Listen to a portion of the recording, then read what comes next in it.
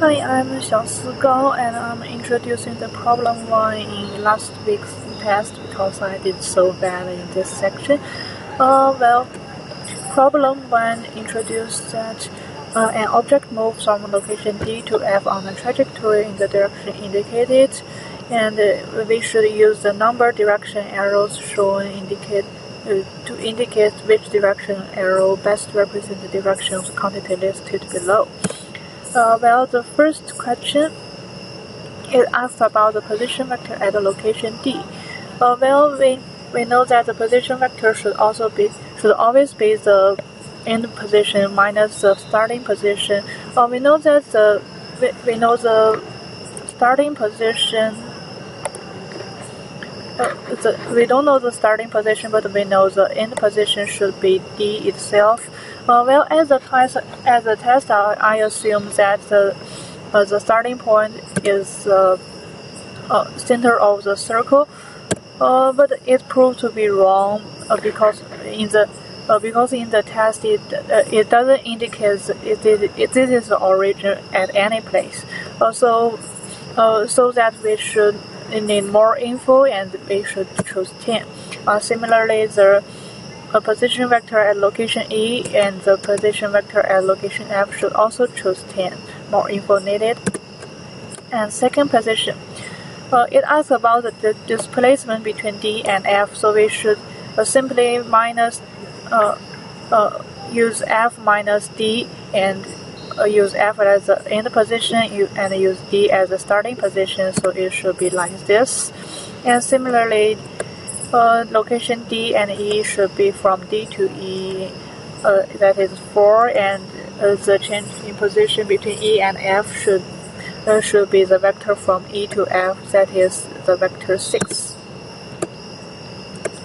And then the question 3, it asks about the change in velocity between D and F.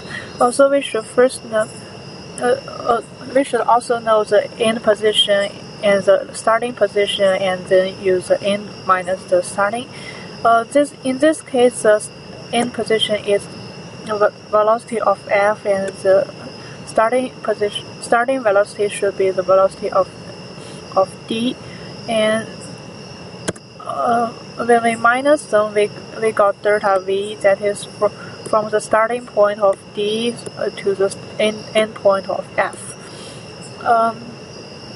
This equals to the vector 7. So we choose 7, and in the next question it asks about the change in momentum. We know that delta P equals m times delta V. That is the definition of momentum, and so the momentum should always be the same direction with the velocity, and that is also 7. In question 5, it asks about the average net force. We know that from the Newton's second law, the change in momentum equals the net force times the time, and so the net force direction should be the same with the change of momentum, and that is the change of velocity, and it should also be 7. And the 8 to 10 and the 12 to 15. This is problem 13 to 15. Should also be in this case, and we can determine from the Newton's second law and the momentum's definition. It is all the same. This is the last part of this question. Is a typical T and F question. The first statement says that the change in an object vector position can be in a different direction than its average velocity. We know that the change in position equals the average velocity multiplied with time. So the change of direction, the change of position should be the same direction with the velocity. So this claim is true. It should it can't be different. And then the second claim says that an object's momentum is always in the same direction as the net force on that object. We mentioned that from the Newton's second law, the change in momentum equals to net force multiplied with time, but the change in momentum is not always the same with momentum. That's what we should discuss later. According to this claim is according to this reason, this claim is false. The second claim is that the change in an object's momentum can be in a different direction than its momentum. Well, this is true because, like we mentioned before, in this case, the velocity of d is different from the velocity, the change in velocity, and we know that the velocity is always the same direction with the momentum, so the momentum can be in the different direction with the change of momentum. So this is true. In the second claim, the fourth claim, an object's momentum and its instantaneous velocity are always in the same direction.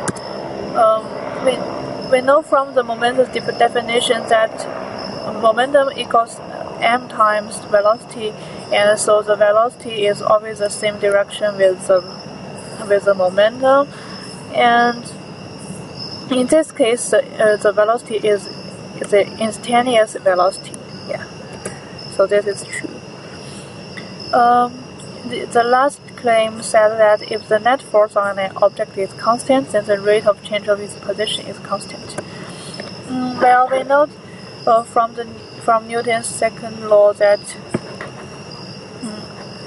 the net force equals to the change of momentum over the change of time, and if we add the definition of momentum, we can get the net force equals to m times the change of velocity, and the rate of change of its position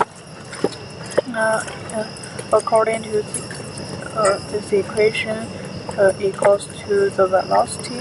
But we know that the velocity and the change of velocity is not the same thing, so this statement is also wrong. We should F. Thank you. That is all.